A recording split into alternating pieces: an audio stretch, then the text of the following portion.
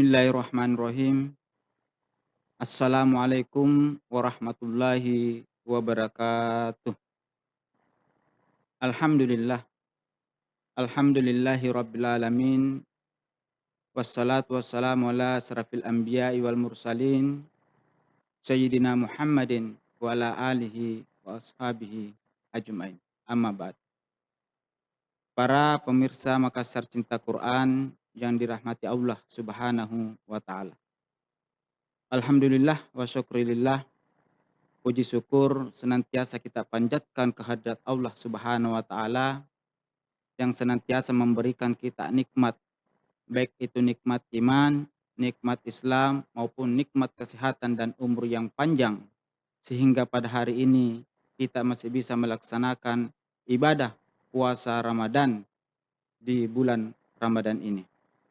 Semoga ibadah kita pada hari ini dan hari-hari sebelumnya diterima oleh Allah Subhanahu wa taala.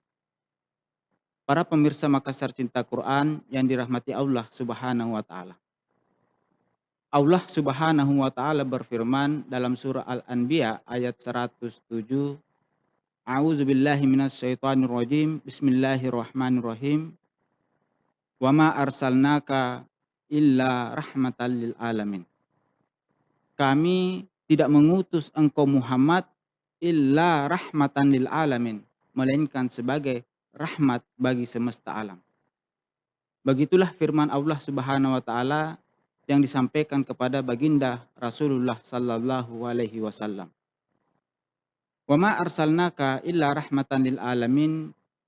Ayat ini memberikan penegasan kepada kita bahwa sesungguhnya Allah Subhanahu wa taala ketika menghadirkan Islam di tengah-tengah kehidupan kita, Islam diturunkan oleh Allah Subhanahu wa taala kepada baginda Rasulullah sallallahu alaihi wasallam, tidak ada lain maksud dan tujuannya melainkan menjadi rahmatan lil alamin, rahmat bagi semesta alam.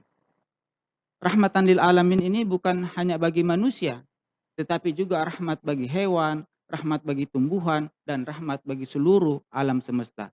Itulah makna rahmatan lil alamin yang dijelaskan dalam surah Al-Anbiya ayat 107 ini. Para pemirsa Makassar Cinta Quran yang dirahmati Allah Subhanahu wa taala. Makna rahmatan lil alamin ini sungguh mendalam jika kita mencermati penjelasan para mufassir.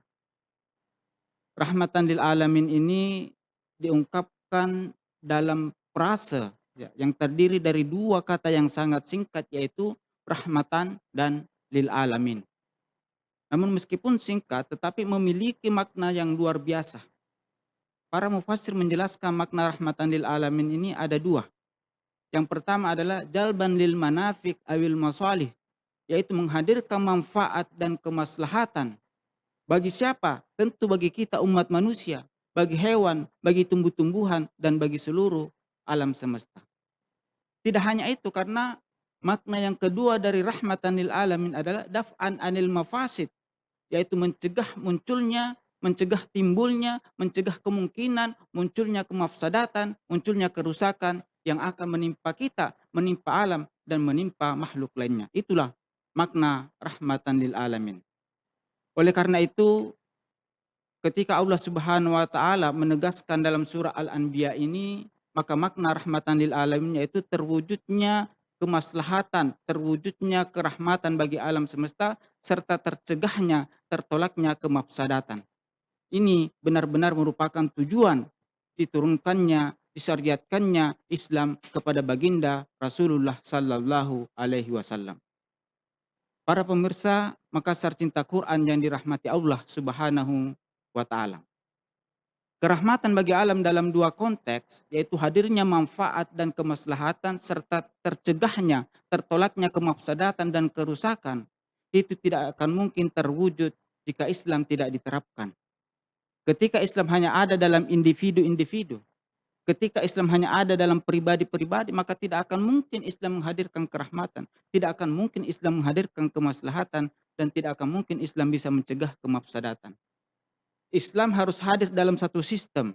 Islam harus diterapkan, diamalkan, dan dipraktekkan dalam seluruh aspek kehidupan kita sebagaimana yang diperintahkan oleh Allah Subhanahu wa taala, "Ya ayyuhallazina amanu udkhulu fis-silmi kaffah."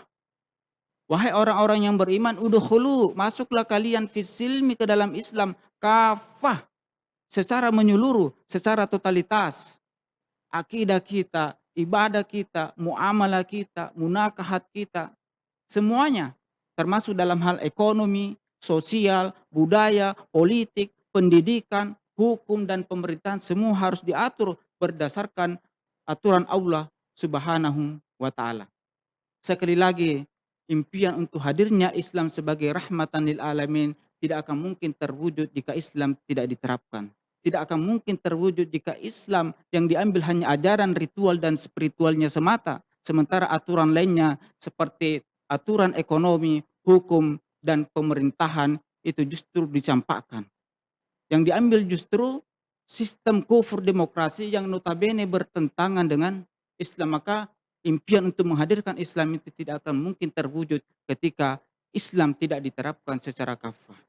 Jadi kunci untuk menghadirkan Islam sebagai rahmatan lil alamin adalah menerapkan syariat Islam ini secara kafah, secara menyeluruh, secara totalitas dalam seluruh aspek kehidupan kehidupan kita, baik itu dalam lingkup individu, keluarga, maupun dalam tatanan kehidupan bermasyarakat dan bernegara. Sekali lagi, mari kita jadikan Ramadan ini sebagai momentum untuk menerapkan Islam secara kafah, untuk memperjuangkan tegaknya hukum-hukum Allah di muka bumi ini, sehingga impian untuk hadirnya Islam sebagai rahmatan lil alamin betul-betul bisa terrealisasi, menjadikan Islam menjadi rahmat lil alamin bagi kita, bagi hewan, bagi tumbuhan, dan bagi seluruh alam semesta. Demikian, mudah-mudahan ada manfaatnya. Wabillahi taufiq was sa'adah. Wassalamualaikum warahmatullahi wabarakatuh.